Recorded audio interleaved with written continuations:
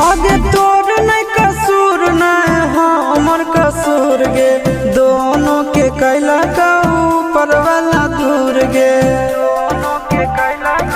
ए सोना आगे तोर नहीं कसूर नहीं हमर कसूर गे, दोनों के कैला का ऊपर वाला दूर गे। आगे शीशा के छोड़ा के तो मिलोगे चिंटू या न जान से, आगे सोना चिंटू या न जान से। जोड़ी है बनावल भगवान के, दोस्त न है इंसान के, आगे सोना दोस्त न है